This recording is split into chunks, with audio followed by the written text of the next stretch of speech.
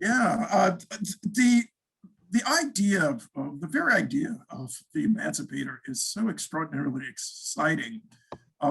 In the context of the a reference to the paper that started in 1833, 19th century newspaper, focused on anti-slavery, and as the title goes, the emancipation of enslaved people.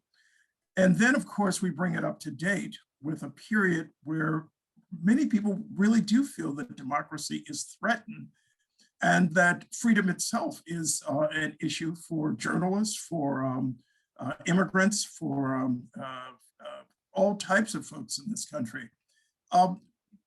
It's a huge project at the same time.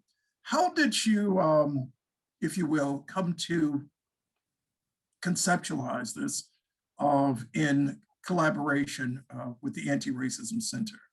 Yeah, so thank you, Phillip. It's great to see you, and thanks for the question. I think it's really important to point out that it's a brainchild of a couple people, and then as it's gone on and as it's evolved, it's really brought in, right? Like it's like, you know, the Muppets saving the theater. It's really a team of people from the BU Center for Anti-Racist Research and Globe Opinion that have been coming together around this. And since we announced it, that group of people just keeps getting bigger. It's like, you know, like walking down the street being like, hey, join in. And there's just an incredible amount of enthusiasm around it.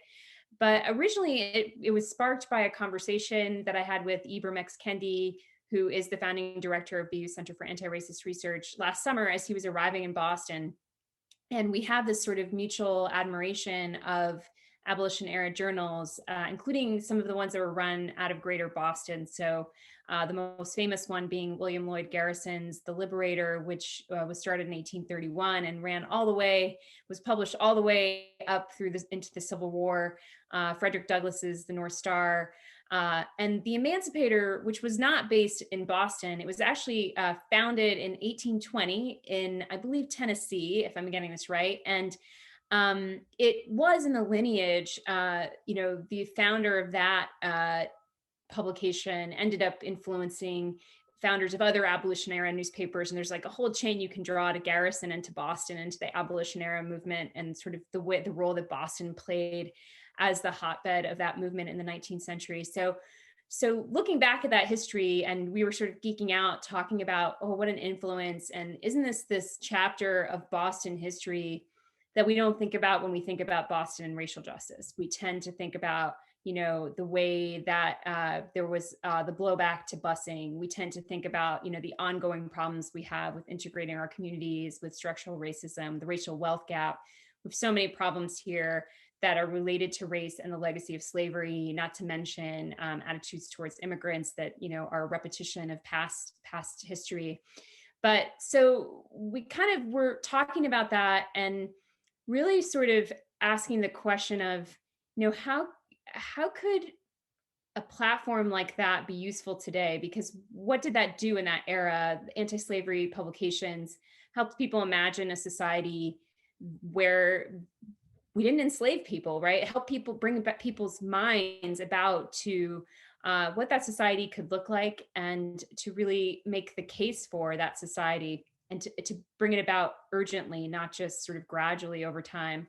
And so I think that there's a similar need today. People recognize the problems of racism. A lot of people do, not everyone, unfortunately.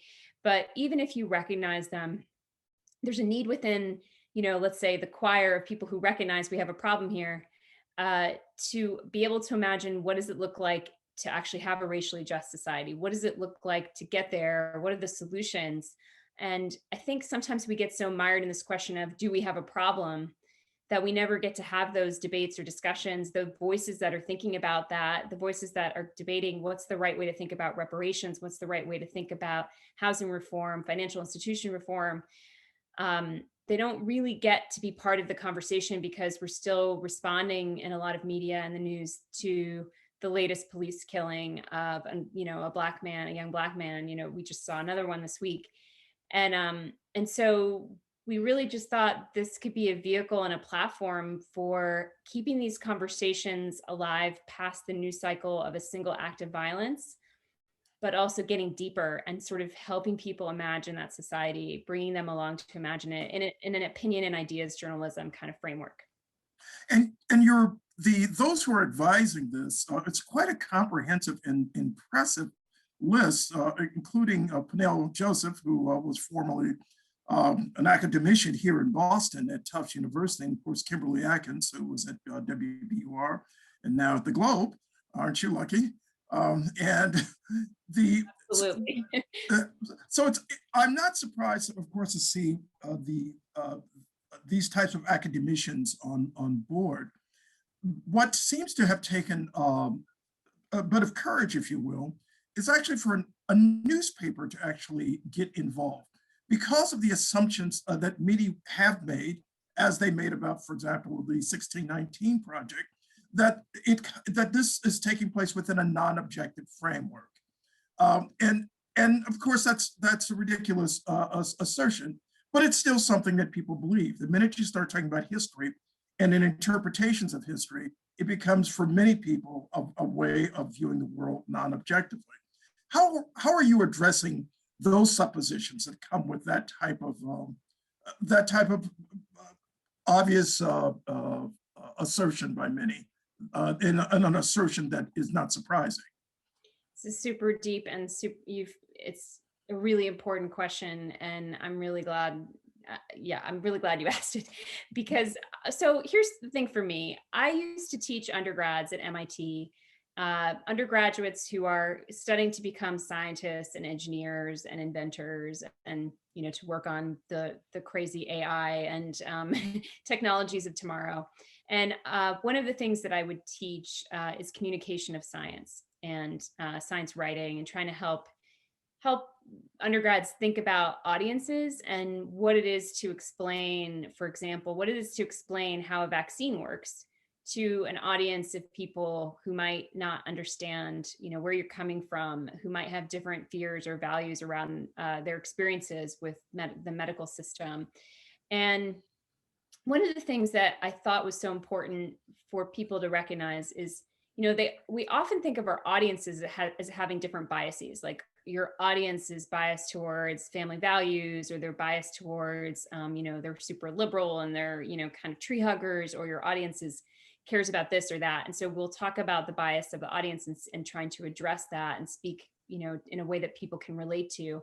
But we don't often turn the lens back on ourselves and say, what are our biases, and what is our subjective experience, and how does that shape our view of reality? And scientists, similar to journalists, are not used to turning that lens back on themselves. They think we're objective, right? We're objective, and everyone else out there is subjective, and we just need to give them the objective information. And so one of the things that I would do in the classes with these undergrads, I know this is a huge detour, but I swear I'm going to bring it back. Oh, no, please detour.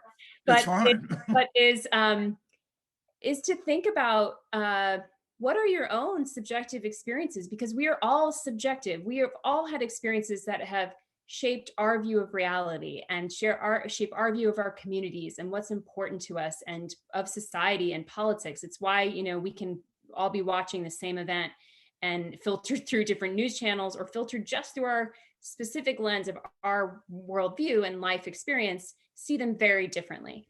And what scientists do is apply a method, the scientific method, to how they evaluate evidence. And that method, it's imperfect. It doesn't change what questions do they ask, right? The subjectivity still comes in on what questions are they asking to begin with. But there's a bit of objectivity that comes in through the method, which is to say, you look at the data and you say, does the data prove my hypothesis or does it not? And explaining that process, right? Understanding that the process that you're working with as a scientist has a kind of rigor that brings some objectivity to the information you're sharing is an important thing, and it distinguishes science from other kinds of enterprises. Similarly, I think journalism is a process, right? Like, you can bring the rigor of a more objective process to the subjectivity that all journalists have, because all journalists are humans, just like all scientists. And that process of talking to different kinds of people, testing your assumptions, saying, did I really have this right? Like, is this really a story of vaccine hesitancy, or is this a story of access to health clinics or trust in the medical system in these communities. Like, let me like pressure test this. Let me talk to some more people and ask them why they're not getting the vaccine. You know, those kinds of processes are how journalists get to the truth.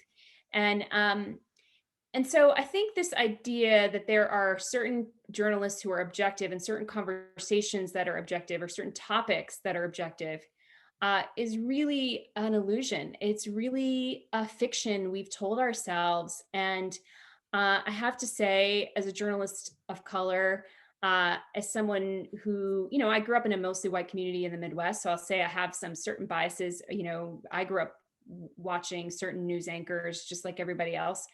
But I do think there has long been this conflation of, you know, objectivity with like the sort of model of a journalist that looks like Woodward and Bernstein, or that looks like Walter Cronkite. Like, that guy is objective and everyone else is bringing their biases. Oh, you're a woman, you've probably been wronged in the workplace. And so when you write about something, you're going to be subjective.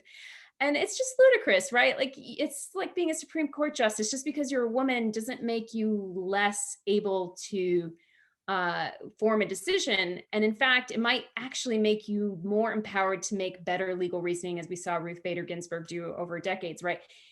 So our perspectives and our life experiences can actually enrich our work, enrich the conversation, but we still have to apply that rigor as journalists of saying, what can we do to prove ourselves wrong? Can I prove myself wrong so that I am bringing a more objective rigor to the process?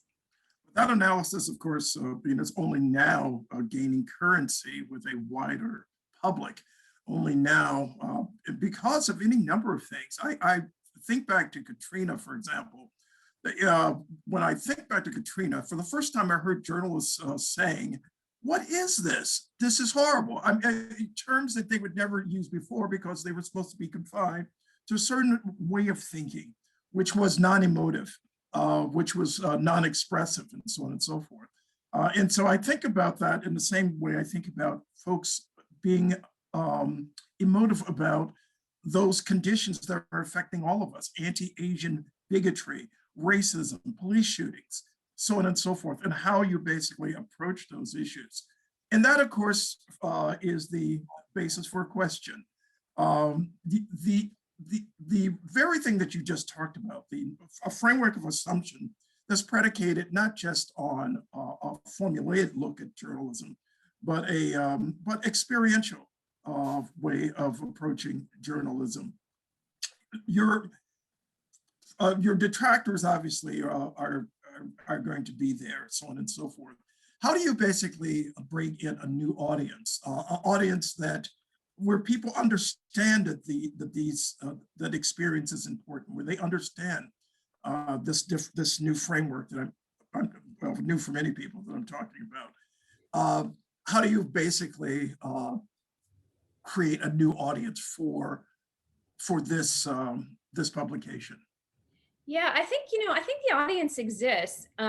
So I'll give you an example from the Globe opinion section. So, of course, we publish op-eds from leading experts. So we're lucky to be based in Boston, so we could get public health experts. Back in April of last year, when we were being told by the CDC and everybody else, like, not to wear masks unless you were a medical professional because they were worried about the run on masks. We were being told, don't you worry about a mask. And we had these two public health officials, leading thinkers in Boston, write a piece that went viral, like, you should wear a cloth mask. And then pretty soon, a few weeks later, right, the CDC and everybody was saying that. And we all have been wearing these masks now for too long. But that's a certain kind of credibility, right? Like, I have MPH or PhD after my title. I have this kind of imprimatur, and people really connect to that. And they're like, okay, that's the authority to look for in this instance. But we also published an op-ed that got a lot of attention, a lot of readers, and converted new subscribers to the Globe. And it was written by a young man who had never written an op-ed before, never published an op-ed before, I should say. Maybe he's written essays before. And he was based in Columbus, Ohio. I saw a tweet that he did where he basically said, this was a few months later, you can tell in the timeline of the pandemic, as a Black man, I am afraid of not wearing a mask in public, but I'm afraid of wearing a mask in public. And I just thought that it was like a very simple tweet. And I just connected with him because I just thought nobody has come out and said this. And it's really important, and it comes from this person's lived experience, and that is a form of credibility. Like if we think of the stools of great opinion writing that Aristotle even wrote about, ethos, logos, and pathos, pathos being emotion, logos being reasoning and evidence, and ethos being credibility. The credibility that people have can come from their lived experience or from their education or from different places. And there was a huge audience for that at the Globe, even though it wasn't it was experience-based expertise. It wasn't like learn it in school expertise in terms of what this person was bringing to the pages. So I do think there's a big audience out there. And I think sometimes mainstream media, news organizations like mine, opinion journalism pages, ideas pages, are not necessarily connecting with these audiences. Like that maybe they feel alienated because they actually don't see that content enough in their news organizations. And I've always been a person, even though I've been in academia and different places in my life, I've always been someone that has loved personal essays, right? Like things that come from people's lived experience in different forms, photo essays where you get to see people in their lives. And I think that there's really a lot to be said for that kind of work, and that there's a lot of people out there who want to read it and want to look at it. So I don't think it's the case that we have to like suddenly sell people on this kind of journalism. I do think you're saying something interesting too, though, Phillip, about, is this going to be like, is there an audience for this, like this kind of thing? And I think part of what we're seeing is people are exhausted by coverage of racism. A lot of people are. People who already believe that it's a problem feel that it's intractable, and we're just continuing to see the same things play over and over. And I think a lot of journalists are frustrated by the way they have to keep covering these issues.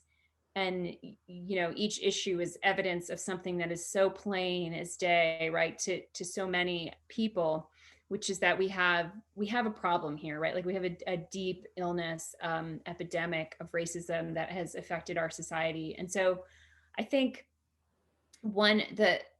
there's a kind of opportunity to do something with this journalism that I think will help people look at these issues more. I don't want to say that there's so much excellent journalism out there about racial justice issues. There's great stuff at GBH. There's awesome work being done on a daily basis that people are looking at. But I think that there's a whole space of stuff that isn't getting, stories that aren't getting told, solutions that aren't getting showcased. I'll just praise this editorial writer at the Washington Post who just did a series called Reimagining Public Safety. Her name is Emefa Agawu. And she created this package that had video and text, just saying like, what if we don't talk about abolish the police? And what if we don't try to justify each incident like as a bad apple? What if we instead say, what would a new kind of public safety look like? And let's look at places that are trying things like when you call 911, something totally different happens than police showing up at your door. And let's help people see that and imagine it. And it did really well. And I think it proves that there's a bigger audience out there for this kind of journalism than maybe we're serving right now at our.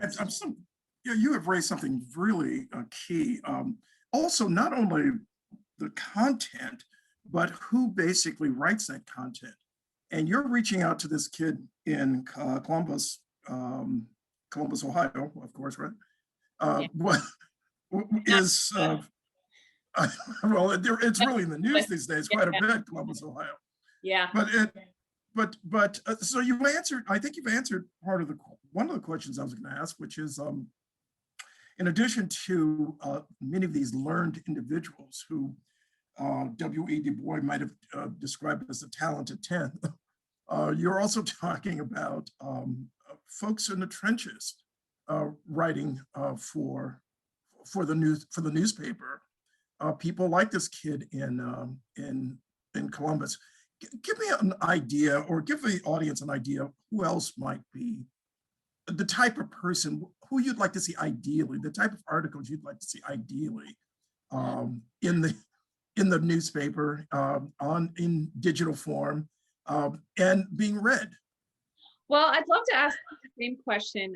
I'm a little bit I have some ideas, but we're right now in the process of looking for our editors in chief. They're going to be co-editors in chief, two of them leading this effort. And to me, it's really about what they want to do with it. I see myself as a midwife and an instigator for this project, along with Dr. Kendi and some others. I don't see myself as the architect and editorial visionary of it. I think, I have my hands full with the Globe opinion section.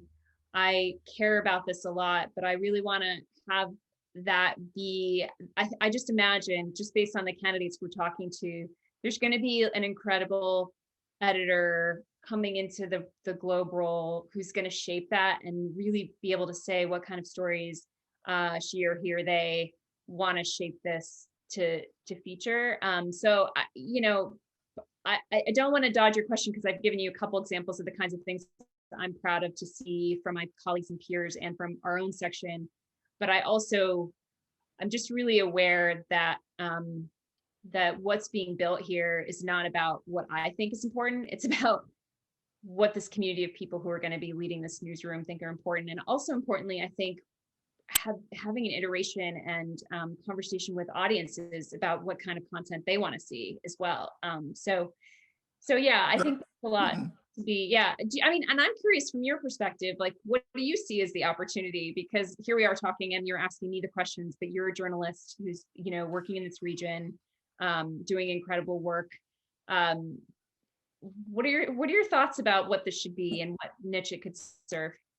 Well, I appreciate that. In full disclosure, it's something I'd mentioned to Adam earlier. I had inquired. I'm so curious about the Emancipator that I had inquired.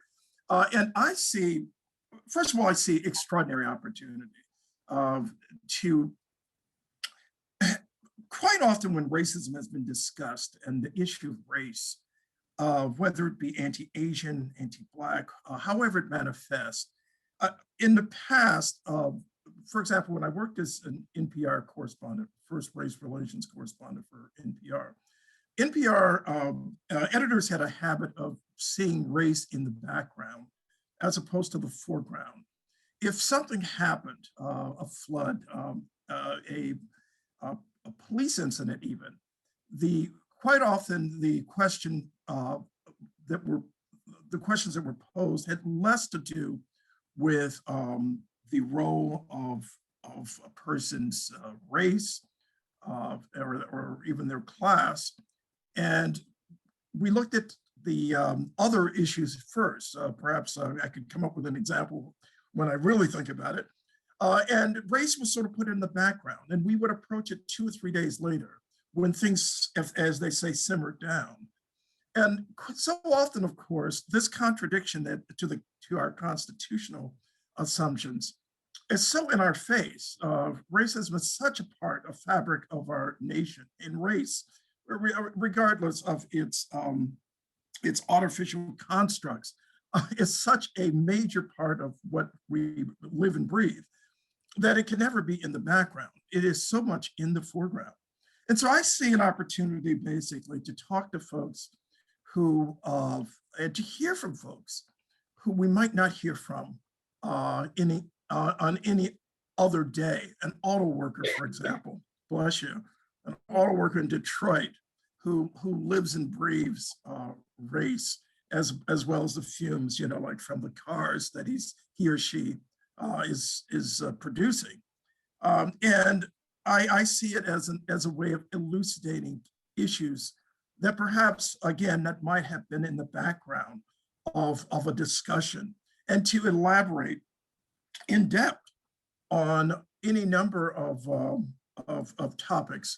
The relationship between, for example, folks who've grown up in the same neighborhood who venture away from each other of different races. I grew up in a Black Polish neighborhood, for example, in Detroit, that was it was a pretty impoverished neighborhood. By the time I got to 12, it was almost exclusively Black, but it started off as Polish and Black. And the family that could not afford to leave that neighborhood, we were good friends, this Polish family. Interestingly, later in life, and at some point I'll write about this, one of the young men in the family went to prison. And what did he do? He joined the Aryan Nation. He came out as a hardened racist, but he's someone I stayed in touch with for a while. And it was, and I would love to ask him if he was willing to talk about that, and I would love to basically opine in take part in that conversation. But that's the type of thing I'm talking about. I can imagine stories. I would love to have see that in the Emancipator and Right. movie version. Right. Hollywood studios come knocking. That's a great right.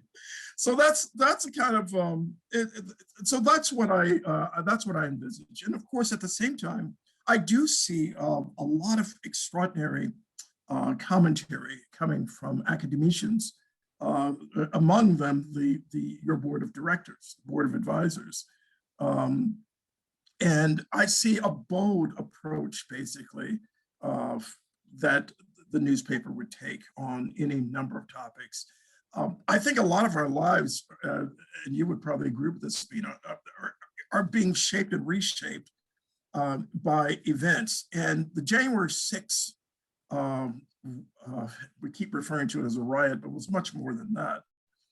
It was an insurrection. It was something that we, at least in my lifetime, had never experienced.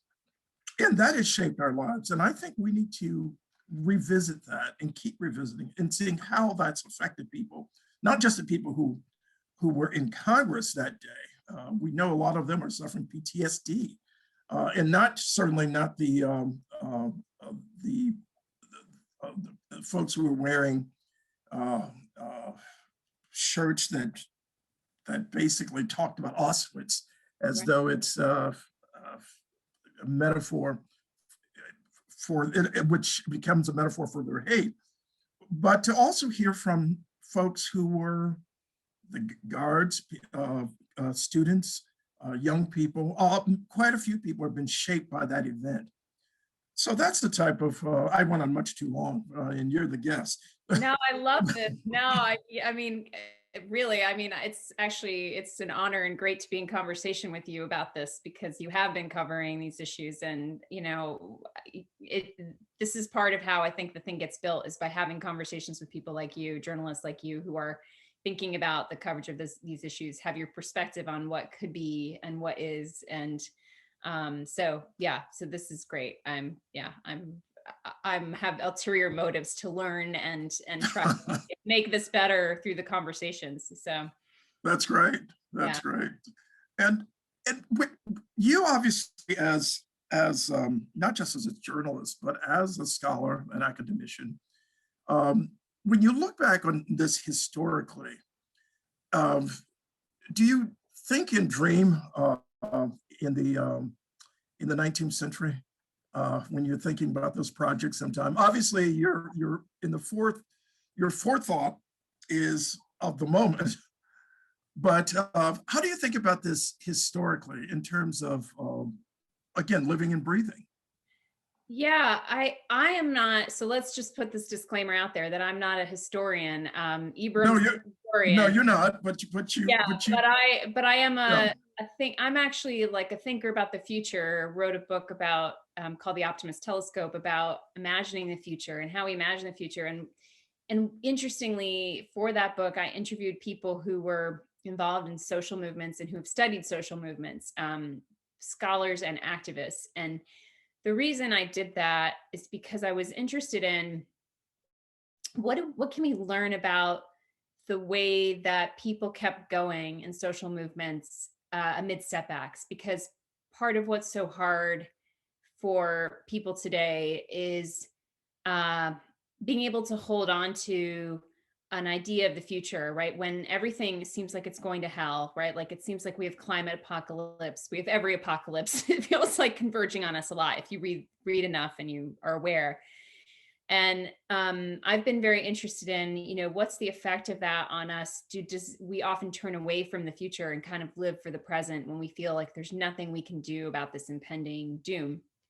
And I've been really interested in, how do we try to engage more people in making the future better, like solving these problems for the future, whether it's bringing about a racially justice society, whether it's fighting the climate crisis, which is also a crisis that manifests along racial lines, as we know. And the conversations I had, people talked a lot about the imagination that, people had. And, we know the I Have a Dream speech, of course, from MLK so famously, but there is much more sort of in the realm of imagining and helping people imagine. Frederick Douglass was really insistent on using his image because he was presenting a different kind of image of a Black man in America. And he thought it was important for people to see it, just to wrap their heads around, to be able to imagine a different kind of model of Black people in society than what they were used to. And I really, I've been to the African Meeting House a couple times during the pandemic. I've been there in the past, of course, when things were normal, and just kind of, walked around as a tourist, almost like looking at the meeting house and the history. But I've been there a couple times recently in the last year. And each time I was meeting with Ibram Kendi to talk about this project. And there's just something I think there is something so powerful about the 19th century in Boston and what was happening here. And so there was that imagination happening, and those conversations, everyone who was anyone, Mariah Stewart, Frederick Douglass, Garrison, they were talking in that meeting house. And to sit in that meeting house now, I just recommend that everyone pay a visit to it. They're doing, mask tours now. And obviously when people are vaccinated, it'll be safer. But it is just, it's like hallowed ground. It's people who thought about how to bring about a different society and who used words. So for those of us who traffic in words as journalists and writers and editors, to see the power and the moral clarity and the impact that people had with their words that were speeches, some of which were then transcribed into the abolition journals. Some of them were just from the beginning, written columns and editorials. It's just an extremely moving compass for the future to look at the past that way. So I'm not sure how it relates to my experience in academia, where, I was working more with scientists and thinking about science policy, but it does relate to anytime you're trying to chart the future, right? Like there were people who came before, right? There were people who came before and tried to chart the future. And some of them did it with such an eye toward making this society better for more people. And, that's extremely inspiring to me. I think it relates because it expands your world and our world. That's how I think it relates. I'm thinking about your meeting at the African Meeting House, for example.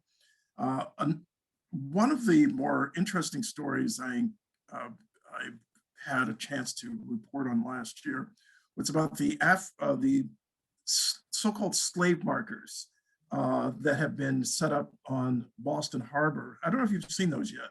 I haven't seen them yet, but I know about them. Yeah. It's really amazing when you, because a lot of folks, of course, when they think about Massachusetts, they don't think about Massachusetts as being a center of commercial slavery. They think of commerce, of course. They think of Tea Party. They think of the tea. They think of perhaps other products coming through here, but the product of enslaved people. And the bookkeeping that went into determining where people profits and so on and so forth. A lot of that's not talked about. So this marker, there are two markers actually. They basically show where folks came in and in which, and it also points in the direction of folks who expanded beyond that point on the harbor, like the poet Phyllis Wheatley. It's quite interesting. Now, another question has to do with the Boston Globe staff. Some of your columnists, all your columnists are extraordinary. How might they contribute? People like Renee Graham, for example. That's right. So yeah, we have had, I mean, we have an amazing group of columnists at the Globe who have written about these issues. I mean, Renee is really, to me, she's sort of the leading journalist in New England who's been covering racial justice consistently. She's covered a lot of other things too. She's been a music critic. She's done it all. But to me, and I know that's a little self-serving since I work with her now, but she has been a leading voice on these issues. And of course, Kimberly Atkins, who is going to spend half of her time with the Emancipator, is now in Globe Opinion. Janae Osterholt, who is a Metro columnist, not in Globe Opinion, but clearly writing amazing cultural columns on issues of race. Abdullah Fayyad, who is also part of the Ed Board, and others as well. We have the ability to cross-pollinate with this platform. So once we have the editors-in-chief in place, the idea would be that some Emancipator content can be published in the pages of the Globe, and Globe opinion columnist content can be published in the Emancipator and amplified through the Emancipator. We also hope that there will be opportunities, and it'll be really up to the journalists themselves to decide to what degree they want to be involved with the Emancipator, but I think there's enthusiasm for it. But the idea would be, there's events that will be, need moderation, or where there will be need for expertise. So we expect there to be a fair amount of Globe Emancipator kind of, flow. So. Might there also be sort of cross-pollination, if you will, with the 1619 project?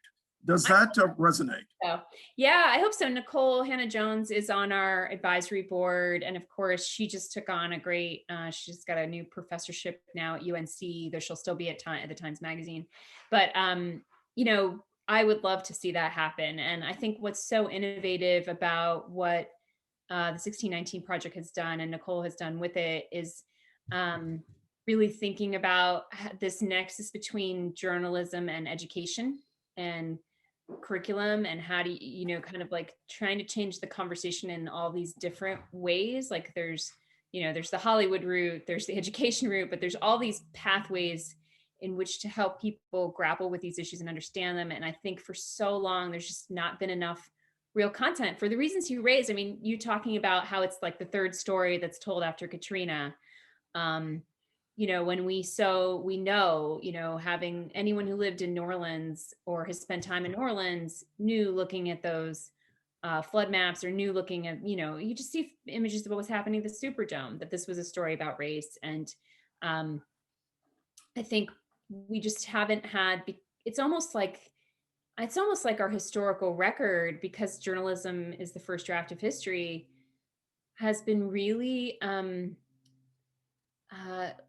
don't know if weakened's the right way to say it, but I just see that we have this opportunity now to actually make history richer by being better journalists today, right? Like we're actually doing this for the future as well. We're doing it for the present to shed light on urgent problems, afflict the comfortable, comfort the afflicted, like we always do. But it's also this transformation to covering these issues more rigorously is, I think, just a better way of not having to need a 1619 project in the future, because from this era, we'll be telling more of the true story. So. Well, that's right, and basically, it's no contradiction talking about past, present, and future. I've met young journalists who, for some reason, they've left history out of their stories, out of their discussion, out of their analysis. And it's clear that this is a project that understands the necessity of focusing backwards in order to understand what's happening. And you understand this more than most as a futurist, to see what is happening in the days and weeks and years ahead. Have you thought about, if you will, how you are going to me, how two questions, but here's yet another one. How you're going to basically create a national focus in a city that is so extraordinarily parochial. Can you talk about the, if you will, that parochialism in the context of this this Uber project that is focused nationally and internationally?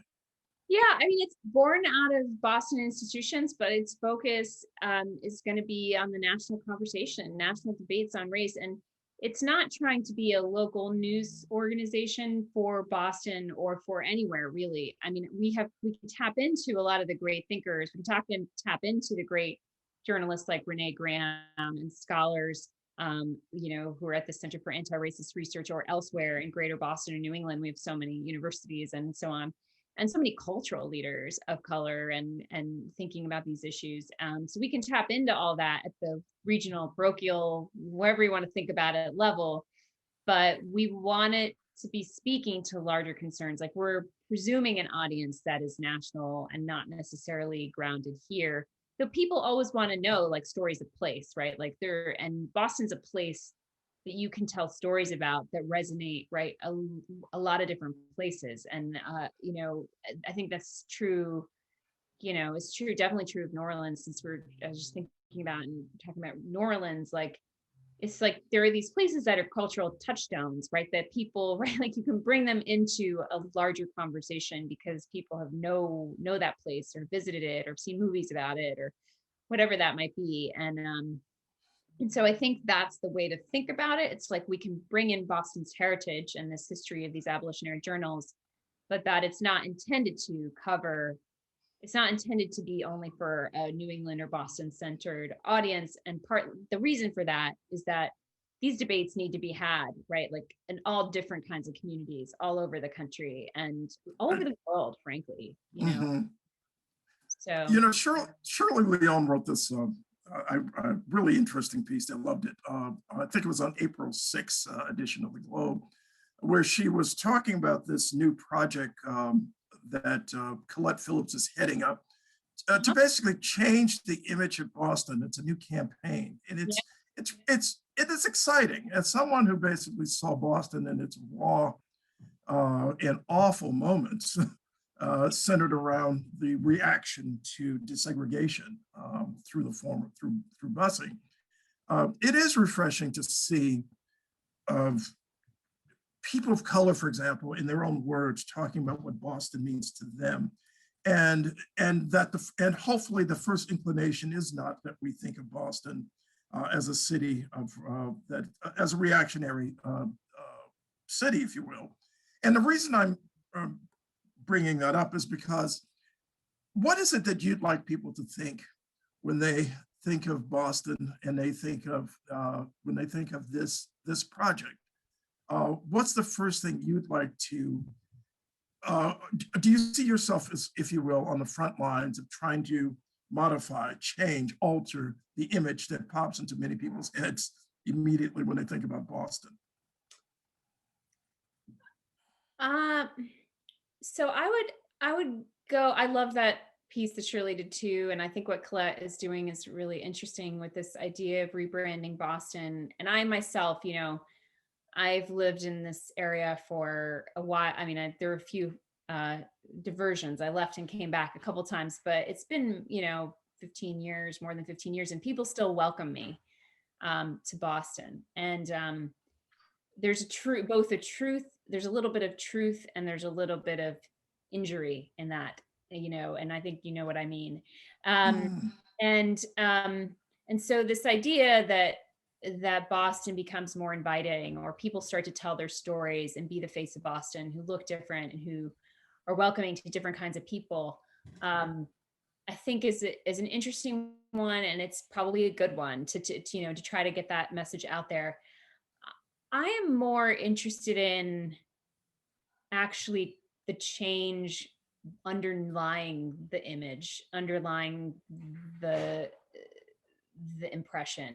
So yeah, I mean, sometimes these digs like Daniel Kaluuya on Saturday Night Live, or just Boston being the pit of every joke about a racist city, it's inspiring, and I'd love if they didn't do it. Sometimes I just cringe and say, like, oh, how am I going to recruit my next awesome journalist when we keep having this reputation? And Michael Che every 3 months, he right, has a Boston dig. Yeah, exactly. And Yeah. It's easy when you live in New York to Right. hurl the insults and not be here, like making the change, right? Like creating more inclusive culture wherever we go, in our neighborhoods, in our workplaces, and everything else. Right. So I'm more interested in like doing that work and holding accountable people to do that work so that it's the truth, right? I want Mhm. to know the truth about Boston, and the truth includes that era you lived through with busing and what happened, the reactions to that. The truth includes the abolition era movement. The truth includes the slave trade. The truth includes Massachusetts abolishing slavery before the Treaty of Paris. Includes the good and the bad. And what I'd rather see happen is Boston really become an engine of progress on racial justice and a model for it, and then for people to see that truth too. The truth is complex, uh, and what you're doing is embracing complexity. I'd like to talk about you, who you are, for a few minutes. I'm not sure how much time we have left. We don't have much time left. I But think we have till 7, and yeah, I want to say just one thing. Not that I'm trying to avoid talking about myself, though I do. sure. But Phyllis Wheatley, there's a suffragettes installation on Comm Ave in Back Bay, Mhm. in the middle there of Comm Ave, and you can visit Phyllis Wheatley and some of her words there in among the statues. So just because I know we've been talking about Boston historical sites, and Right. brought up Wheatley, so I thought I would just say that I paid a visit to her a couple weeks ago, and that was pretty meaningful. It's a great sculpture, isn't it? It is, yeah. Yeah, it really is. I've stopped by there a few times and just imagined her and imagined that period. Her, and also, of course, the suffragettes, suffragettes. I can never pronounce that. Yeah, yeah. Yeah, that's right. And it's fairly remarkable. Um, MIT, Mhm. after MIT, talk about going to MIT. I mean, talk about teaching at MIT, and talk about what you did afterwards, before you arrived at the Globe. Yeah, I mean, I've had a sort of unconventional path to becoming the Globe editorial page editor. I think it used to be you worked in the newsroom for 2 decades at least and did every job from Metro editor That's to right. columnist to, and then you got, like pre-retirement, Mhm. you got the ed page editorship. And I had a previous chapter as a reporter. So before I was at MIT, before I went to graduate school, I was a journalist, or I should say during and after graduate school. My first job, my job at the Globe, yes, it was my first job at the Globe. I was trying to remember if I was getting this right. I wrote a piece for the Globe before this, but my first Mhm. actual job was while I was in grad school, working Friday and Saturday nights on the Metro desk of the Globe. So listening to the police scanner and writing about car crashes, calling up the police departments, calling up whoever was affected. So I've been I've been in that role and in kind of like the scrum of trying to do just reporting Metro science at the Globe, the Times, and other publications. But then I left journalism, and part of it was the instability of it, but part of it was that I had a really cool opportunity to work with a group of scientists that were advising President Obama on public health policy, environmental policy, a bunch of issues that I've cared about for a long time.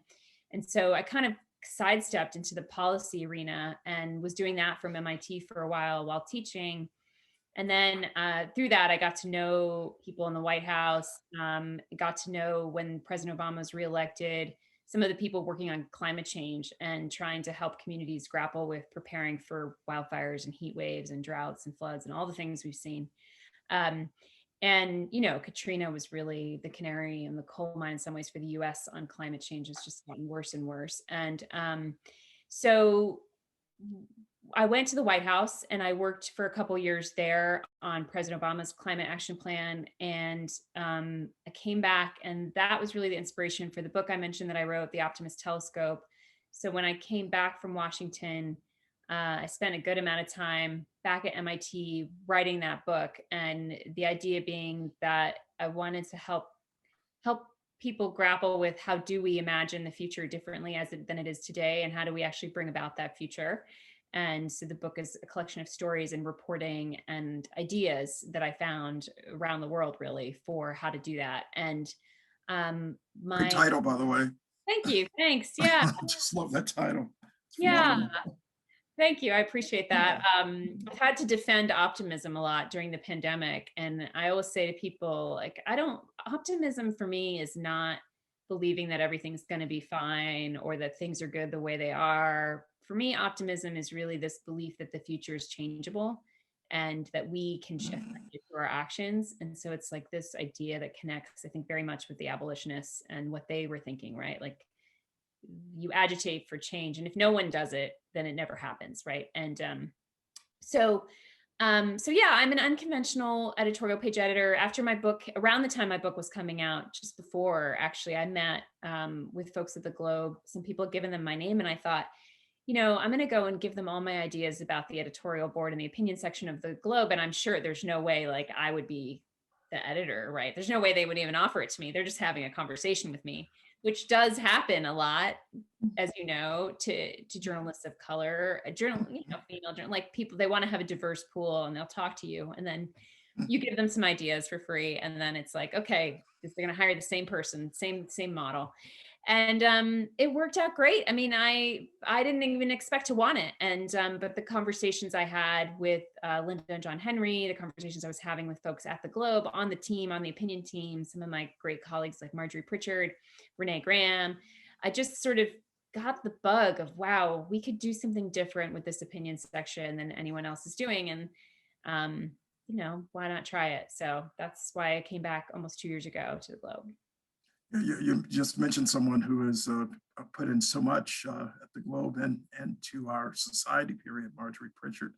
I'll give her mad props, absolutely. Let me see, let's see, 6:53. I think we have a couple more questions, time for a couple more questions. One, I'm glad you mentioned climate change, because I was thinking about this integration of issues that's affecting us every day more and more in a way that we are actually acknowledging. Like racism, for example, climate change was something that was certainly in the background of many of our thinking over the last decade or so. It's in the foreground for many people now because you can't help but notice the fires that are burning in California, and the mudslides, the increased drought that's occurring in the South, Central America, and the Northern Triangle, driving people here. When you think about that type of issue, and you think about the concept of emancipation, many people feel themselves being emancipated or feel themselves fleeing that North Star, heading north to the United States because of climate change. How do you basically envisage the newspaper? And I keep saying newspaper because I love that old-fashioned term. This larger digital device basically addressing that issue in an integrated way with issues of race and class and ethnicity, ultimately caste. Yeah, absolutely. I think there's a huge opportunity to do this. I know that there's more and more people covering the climate crisis from a human-centered perspective now than there was at the beginning. I remember decades ago, it was always about like parts per million of carbon dioxide in the atmosphere, sea temperature, right. whatever. And nobody can relate to that. It's no wonder that it was hard for people to really wrap their heads around this. And there are many reasons why it's hard for people to wrap their heads around it. I don't want to blame just the communication, but the stories that we know now, this is about human health. It's, there are communities losing years of their lives to air pollution. And so addressing this pollution in a way that makes communities cleaner and helps people just live longer and live better with fewer illnesses, right, is sort of a very basic level, which this relates to human beings and is a justice issue. It's a racial justice and economic justice issue. at its core. And you're absolutely right. The climate destabilization happening in Central America and really all over the world. A lot of people think of the Syrian conflict, Syrian civil war, as at its core a climate conflict because of the people, men displaced by drought, and how that led to radicalization and so on and so forth. Obviously, it's not a direct line, but that refugee crisis, the refugee crises in Bangladesh, there's all over the world people being displaced by this crisis, and people who will be internally displaced within the United States, from the coast, who will no longer be able to live in those communities. And we saw some of that with Katrina, we saw some of that with Harvey in Houston, but it's only the tip of the iceberg. So yeah, I mean, I think one of the opportunities is to be covering that at a much more much more get at these human stories. But again, showing the way forward, right? Like showing the communities that are actually doing something really interesting around protecting each other.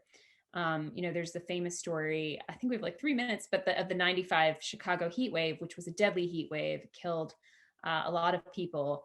And there are these two Chicago neighborhoods, one predominantly Black with lots of local businesses that were still intact, and one also predominantly Black, and both with similar demographics of elderly, where it had been gutted, right? Like there had been a gutting out of locally owned businesses, and there weren't as many stoops people are gathering on. And the community that had more people in places where people were gathering, local ownership, what they call social infrastructure is like a buzzword for this, but had a much lower death rate and illness rate from that heat wave.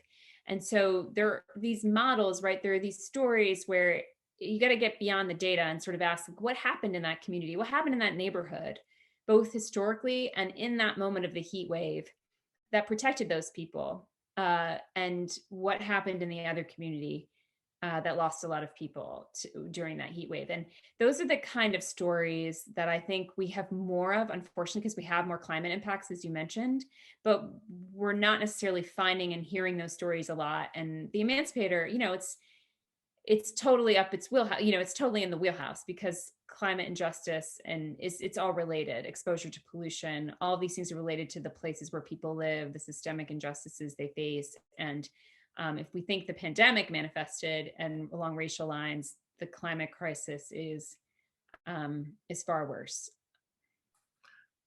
That is, yeah, that's extraordinary to think about.